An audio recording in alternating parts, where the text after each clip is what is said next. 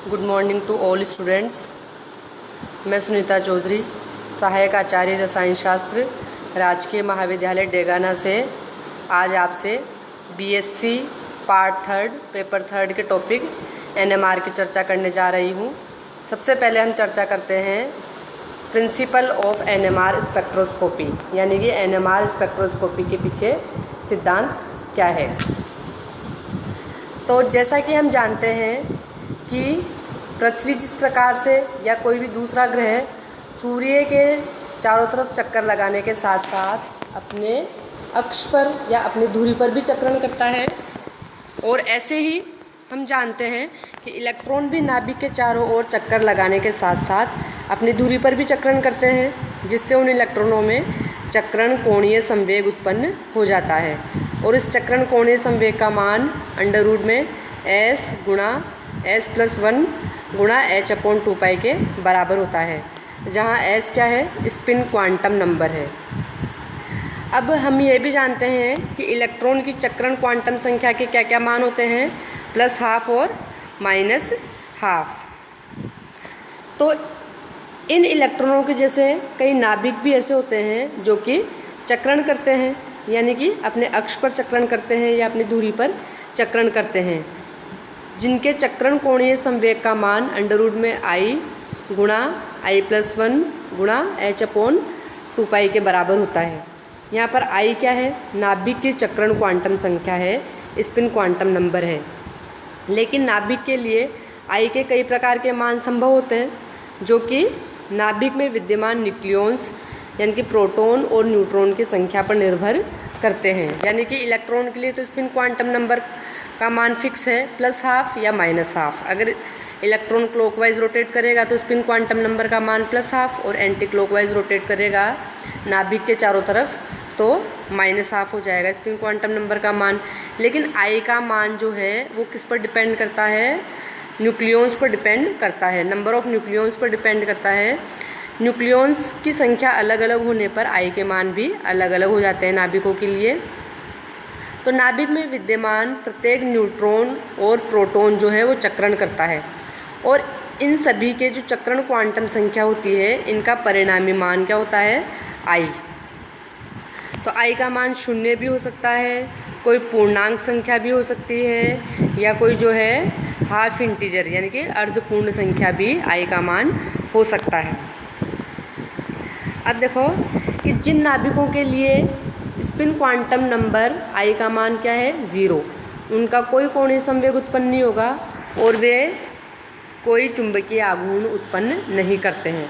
और ऐसे नाभिकों के लिए एनएमआर स्पेक्ट्रोस्कोपी भी नहीं होती है, इनकी एनएमआर स्पेक्ट्रम नहीं देते हैं, एनएमआर इनएक्टिव होते हैं ऐसे नाभिक जिनके लिए न्यूक्लियॉन्स यानी कि न्यूट्रॉन और प्रोटॉन जो है उनके द्वारा जो चक्रण किया जाता है, तो परिणामी जो चक्रण क्वांटम संख्या I का मान अगर 0 आता है तो वे एनएमआर इनएक्टिव होते हैं।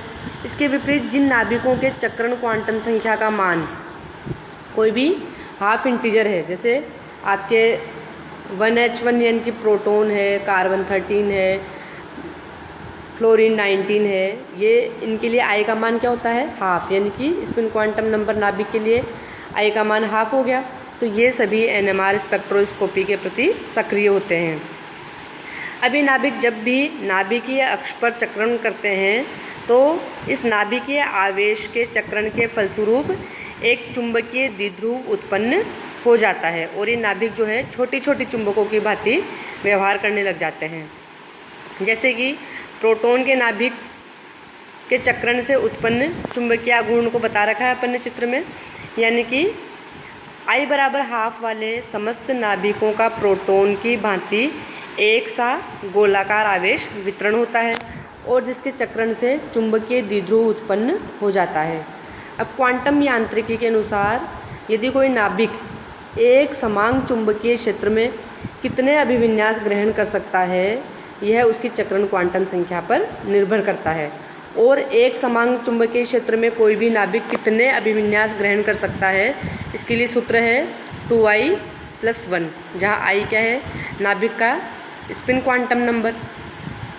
अब यदि I का मान अपन ½ रखते हैं प्रोटॉन के लिए, तो कितने प्रकार के अभिविन्यास हो जाएंगे? एक समान चुंबकीय क्षेत्र के लिए प्रोटॉन जो है 2 प्रकार से अभिविन्यास हो सकता है, यानी कि 2 अभिविन्यास यहाँ प्राप्त होंगे। जब अपन ने आई का मान हाफ रखा 2i+1 में, तो 2 अभिविन्यास कौन कौन से होंगे? एक तो अगर प्रोटॉन जो है उसका नाभिक क्लॉकवाइज रोटेट करे तो आई का मान जो है +12, और उसके द्वारा उत्पन्न जो चुंबकीय क्षेत्र है वो बाह्य चुंबकीय क्षेत्र की दिशा में होगा।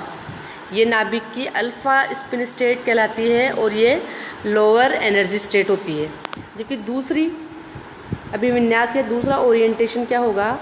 जब प्रोटॉन का नाभिक जो है अपनी अक्ष पर एंटी क्लॉकवाइज रोटेट करता है, तब स्पिन क्वांटम नंबर आई का मान -12 हो जाएगा और उसके द्वारा उत्पन्न जो चुंबकीय क्षेत्र है वो लगाए गए बाह्य चुंबकीय क्षेत्र के विपरीत दिशा में होगा, यानी कि उसका अपोज करेगा। तो ये जो है बीटा स्पिन स्टेट भी कहलाती है और ये उच्च ऊर्जा की अवस्था होती है। तो इस प्रकार अपन क्या देखते हैं कि प्रबल चुंबकीय क्षेत्र के प्रभाव से स्पिन या चक्रण क्वांटम संख्या I बराबर हाफ वाले नाभिक जो है 2 प्रकार की ऊर्जा अवस्थाओं में बंट जाते हैं, यानी 2 प्रकार की एनर्जी स्टेट या ऊर्जा अवस्थाएं हो गई प्रबल चुंबकीय क्षेत्र के प्रभाव में, alpha spin state and beta spin state. तो अल्फ़ा स्पिन स्टेट के लिए आई का मान +12 हो जाएगा एंड बीटा स्पिन स्टेट के लिए आई का मान जो है वो -12 हो जाएगा, और ये जो है क्रमशः लोअर और हायर एनर्जी स्टेट हो गई। तो इस प्रकार की परिस्थिति में नाभिक कम ऊर्जा युक्त रेडियो फ्रिक्वेंसी, जिनकी फ्रिक्वेंसी क्या है 10⁷ से लेकर 10⁸ हर्ट्ज़ वाले विकिरणों से ऊर्जा का अवशोषण करते हैं, और ये नाभिक जो है कम ऊर्जा स्तर से उच्च ऊर्जा स्तर में उत्तेजित हो जाते हैं।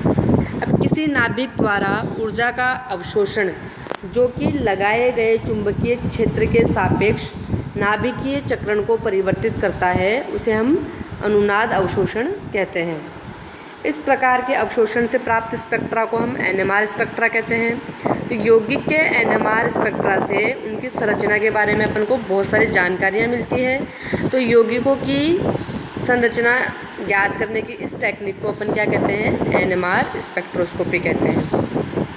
और जब चुंबकीय क्षेत्र में चक्रण करने वाले नाभिक अगर हाइड्रोजन के होते हैं तो इसे अपन 1H NMR स्पेक्ट्रोस्कोपी या प्रोटॉन स्पेक्ट्रोस्कोपी भी कहते हैं। ठीक है। अब देखो हाइड्रोजन के नाभिक या प्रोटॉन जो है वो धनावेशित होने के कारण एक छोटी सी चुंबक की भांति व्यवहार करेंगे, क्योंकि हम जानते हैं कि नाभिक जो है जिनके लिए चक्रण क्वांटम संख्या का मान पूर्णांक या फिर कोई भी हाफ इंटीजर होता है, यानी कि अगर 0 नहीं है तो वो नाभिक अपने अक्ष पर चक्रण करता है, जिसके कारण उसमें चुंबकीय आघूर्ण उत्पन्न हो जाएगा। ठीक है, यानी कि वो एक छोटी सी चुंबक की भांति व्यवहार करने लग जाएगा और अपने आसपास चुंबकीय बल रेखाएं उत्पन्न करेगा। अब क्या होगा इसके कारण? चुंबकीय क्षेत्र की अनुपस्थिति में तो इन प्रोटॉनों का जो चुंबकीय आघूर्ण है वो रैंडमली ओरिएंटेड रहेगा, लेकिन जब किसी भी सैंपल को चुंबकीय क्षेत्र लगा दिया जाए, अगर उसके ऊपर या चुंबकीय क्षेत्र में रख दिया जाए, तो प्रोटॉन किसी एक फिक्स डायरेक्शन में या अपन बोलेंगे एक संभावित अभिविन्यास ग्रहण करने लग जाते हैं। और ये 2 संभावित अभिविन्यास प्रोटॉन के लिए कौन कौन से होते हैं? अल्फ़ा स्पिन स्टेट और बीटा स्पिन स्टेट। अब देखो प्रोटॉनों को निम्न ऊर्जा स्तर से यानी कि अल्फ़ा स्पिन स्टेट से उच्च ऊर्जा स्तर यानी कि बीटा स्पिन स्टेट में जाने के लिए कितनी ऊर्जा की आवश्यकता पड़ेगी? ये किस पर निर्भर करता है? ये चुंबकीय क्षेत्र की तीव्रता पर निर्भर करता है। तो NMR की जो मूल समीकरण है, जो कि प्रोटॉन द्वारा उच्च ऊर्जा स्तर में जाने के लिए अवशोषित विद्युत चुंबकीय विकिरण की आवृत्ति को दर्शाती है, वो मूल समीकरण है न्यू बराबर गामा B0/2π, जहाँ न्यू है आवृत्ति हर्ट्ज़ में, B0 हो गया आपके चुंबकीय क्षेत्र की शक्ति गॉस में, और गामा है मैग्नेटोगायरिक रेशो जो कि नाभिकीय स्थिरांक होता है ना, न्यूक्लियर कांस्टेंट। और प्रोटॉन के लिए इसका मान क्या है? 26753।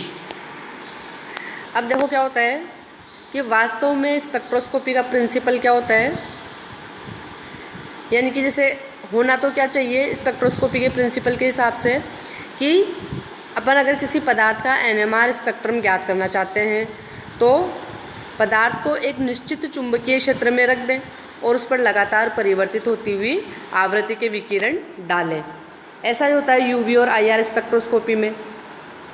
लेकिन वास्तव में NMR स्पेक्ट्रोस्कोपी में इसका उल्टा किया जाता है, यानी कि विकिरणों की आवृत्ति को तो स्थिर कर दिया जाता है और चुंबकीय क्षेत्र की तीव्रता को लगातार परिवर्तित किया जाता है। अब चुंबकीय क्षेत्र की तीव्रता अपन लगातार परिवर्तित कर रहे हैं तो उस स्थिर आवृत्ति पर चुंबकीय क्षेत्र की तीव्रता के जिस मान पर विकिरणों की ऊर्जा नाभिक के निम्न ऊर्जा स्तर से उच्च ऊर्जा स्तर में जाने के लिए पर्याप्त होती है, उन विकिरणों की ऊर्जा का अवशोषण हो जाएगा नाभिकों के द्वारा और नाभिक जो है वो निम्न ऊर्जा स्तर से उच्च ऊर्जा स्तर में उत्तेजित हो जाएंगे तो एक सिग्नल मिलेगा और इस सिग्नल को ही हम NMR स्पेक्ट्रम में रिकॉर्ड देखते हैं या रिकॉर्ड कर लेते हैं। तो यौगिकों के NMR स्पेक्ट्रम ज्ञात करने के लिए मार्केट में कई प्रकार के उपकरण उपलब्ध होते हैं जो कि 60 मेगाहर्ट्ज से लेकर 600 मेगाहर्ट्ज तक की आवृत्ति वाले विकिरणों पर कार्य करते हैं। ये NMR स्पेक्ट्रम जैसे मिल गया यहाँ पे एक सिग्नल जो कि विकिरणों के एब्जॉर्बेंस और चुंबकीय क्षेत्र की शक्ति जिसे गाउस में दिया जाता है उनके बीच में एक ग्राफ है। ओके।